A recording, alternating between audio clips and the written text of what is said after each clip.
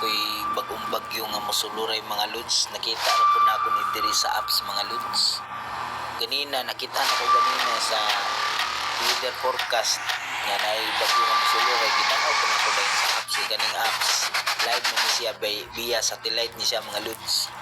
So atong tanawon mga lods no, kita mo nang naay padungay nga naglingin mga lods, mo nay low pressure mga lods no.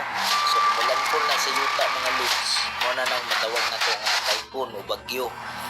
So mo na siya lods no, mga bandang mga Biyernes lods, basig makasinati ang mga ulan-ulan na Friday hangtod sa bagyo. So mulan po siya mga lods, posible mga